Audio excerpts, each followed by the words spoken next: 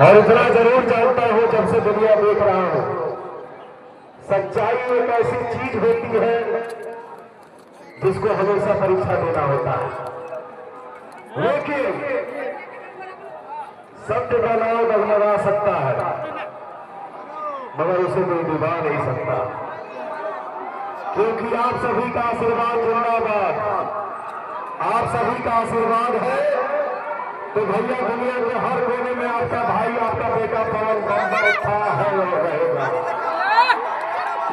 मंच में उपस्थित हमारे जितने भी भाई हैं, भैया हैं, माता भाई, आप लोग भूषण बनिया, सबके दिल से सादर प्रणाम बा।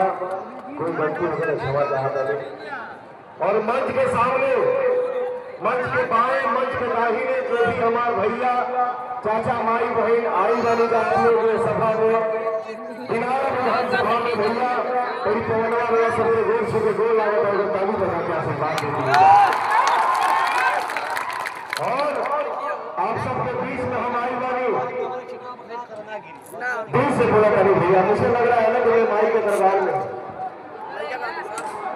और देखिए मंदिर सामने बैठे भैया, दिल गदगद हो गए। हमने के बूढ़ पुरनिया बड़े बुजुर्ग कहते हैं भैया कहे हैं नंद भला तो सब भला। तो मैं अपने बड़े भाई आलोक सिंह भैया खातिर यहाँ आई बनी, आप सबसे आशीर्वाद के रूप में कुछ मांगे खातिर मिली है भैया,